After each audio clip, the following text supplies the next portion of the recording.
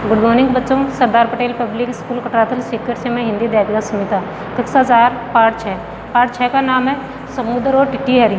टिटीहरी जानते हो ना, इसको क्या बोलते हैं? हम टिटेहरी बोलते हैं, वो है टिटीहरी। इस समुद्र और टिटीहरी के बारे में इस पाठ में बताया गया है। चलो आप अपनी बुक ओपन करो, बुक में देखो पेज नंबर 39 पर पाठ नंबर 6 निकालो। देखो बुक में, एक समुद्र था, वह बहुत घमंडी था। घमंडी मतलब उसको अपने आप पर बहुत गर्व था। वह अपने घमंड में अपनी लहरें दूर दूर तक उछालता और ग्रस्त था कि उसको इतना घमंड था कि उस घमंड में अपनी जो लहरें है, तरंग है, उसको दूर दूर तक उछालता। उसकी लहरों में बहुत से जानवर फंसकर डूब जाते थे कि वो लहर उछालता था, तब बहुत से जानवर जो उसके बीच में आते थे वो उसमें फंसकर मर जाते या डूब जाते। वह बहुत खुश होता कि जब भी जानवर उसके अंदर डूबते तो वह बहुत खुश होता उनको देखकर। उसका मतलब बहुत प्रसन्न होता। वह कहता मैं इस दुनिया में सबसे शक्तिशाली हूँ। शक्तिशाली का अर्थ क्या था? ताकतवर। इस समुद्र सोचता और कहता कि मैं बहुत ही ताकतवर हूँ, इस दुनिया में, इस संसार में मैं सबसे शक्तिशाली हूँ। मेरा सामना कोई नहीं कर सकता, कि मेरा मुकाबला है कोई भी नहीं कर सकता है। मैं जिसे चाहूँ डुबा सकता हूँ और बहा सकता हूँ, कि मेरी इच्छा होती है किसी को डुबोने की तो उसको डुबो सकता हूँ और उसको बहा भी सकता हूँ, साथ में ले भी जा सकता हूँ। इसी समुद्र के किनारे एक टिटीहरी चिड़िया अपना घोंसला बनाकर रहती थी। कि उसी समुद्र के किनारे एक टिटीहरी चिड़िया है, वो रहती थी अपना घर बनाकर, घोंसला बनाकर। उसने अपने घोंसले में 4 अंडे दिए। अब वह अंडों से बच्चे निकलने की प्रतीक्षा कर रही थी। कि उस घोंसले में चिड़िया ने 4 अंडे दिए और उन अंडों से बच्चों के निकलने का इंतजार कर रही थी। वो प्रतीक्षा का अर्थ था इंतजार। एक दिन टिटेहरी दाने की खोज में कहीं गई, कि भोजन की तलाश में कहीं चली गई टिटेहरी। उसके पीछे समुद्र अपनी लहरों में उसके अंडों को बहा कर ले गया। कि वो तो बाहर चली गई घर से, और उसके पीछे से समुद्र ने क्या किया कि उसके अंडों को अपनी लहरों में बहाकर साथ ले गया। टिटीहरी ने वापस आकर देखा, जब अपने अंडों और घोंसले को नहीं पाया तो वह बहुत दुखी हुई। कि वापस आई तो उसका घोंसला भी नहीं था और अंडे भी नहीं थे। तो ये देखकर वह बहुत दुखी हुई, उदास हुई और रोने लगी। उसे रोते देखकर एक छोटा सा कछुआ आया। कि टिटीहरी को रोते देखकर एक कछुआ आया उसके पास। उसने पूछा, आगे वाला पेज निकालो, टिटीहरी बहन क्यों रोती हो? कि कछुए ने आकर पूछा टिटीहरी को, आप क्यों रो रही हो? टिटीहरी ने अंडे गायब होने की बात बताई। कि उन्होंने कहा कि अंडे गायब हो गए यहाँ से। कछुआ बोला, तुम्हारा घोंसला और अंडे समुद्र बहा कर ले गया है। कि कछुए ने उसको बताया कि आपके अंडे और जो घोंसला था वो कौन ले गया? समुद्र ले गया अपने लहरों में बहाकर। चाहो तो उससे पूछ लो, अगर आप नहीं मान रहे हो तो आप उसको पूछ सकते हो समुद्र को। टिटीहरी समुद्र के पास गई। उसने पूछा, समुद्र क्या तुमने मेरे अंडे बहाए? कि टिटीहरी समुद्र के पास जाती है और समुद्र से पूछती है कि क्या आपने मेरे अंडे बहाए हैं या अपने लहरों में बहाकर साथ में ले गए हो?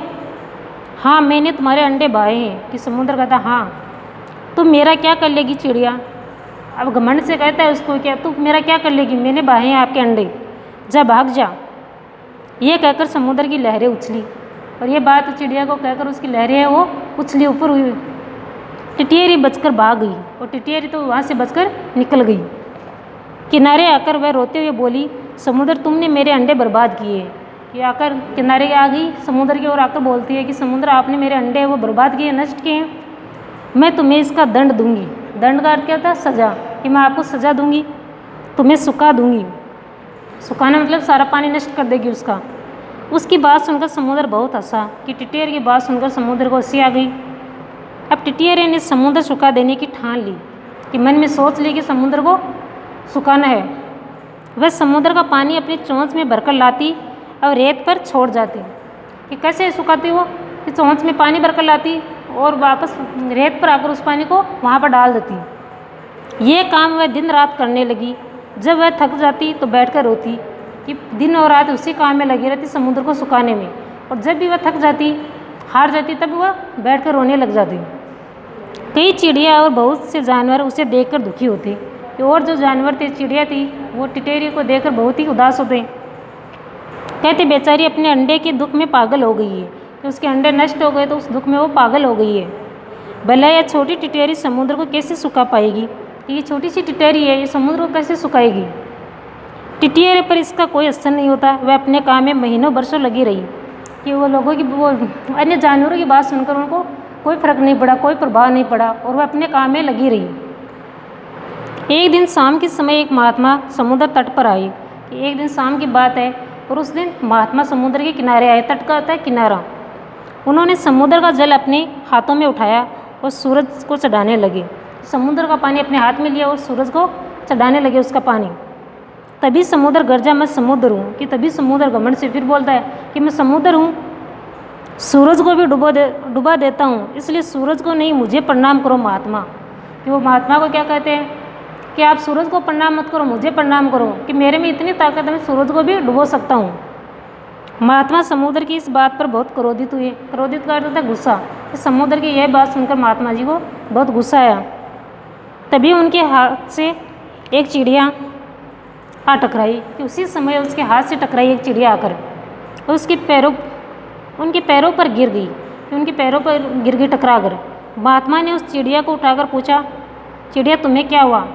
कि उस चिड़िया को, कौन सी चिड़िया जो टिटेरी थी, उस टिटेरी को उठाकर पूछता कि आपको क्या हुआ है, तो मुझे अपना दुख बता। ये चिड़िया टिटेरी थी, तो वो चिड़िया कोई और नहीं थी, वो टिटेरी थी। और उसको पूछता है कि आपको क्या दुख है, वो मुझे बताओ आप। टिटेरी रोती हुई बोली, मेरे अंडे समुद्र बहा कर ले गया, मैं इसे सुखा दूंगी, मुझे छोड़ दो। टिटेरी उसको कहते हैं महात्मा को कि आप मुझे छोड़ दो, ये समुद्र मेरे अंडे बहा कर ले गया है, मैं इसे नष्ट कर दूंगी, सुखा दूंगी। ये कहते कहते उसने उड़ने की कोशिश की, लेकिन फिर गिर पड़ी। कि फिर ये बात कहकर उड़ने लगी, लेकिन उड़ा नहीं जा सका और वह वापस गिर गई वहीं पर। महात्मा ने देखा वह मर चुकी थी, जो चिड़िया मर गई थी। ये महात्मा ऋषि अगस्त्य थे। कि वो ऋषि का क्या नाम था? अगस्त्य।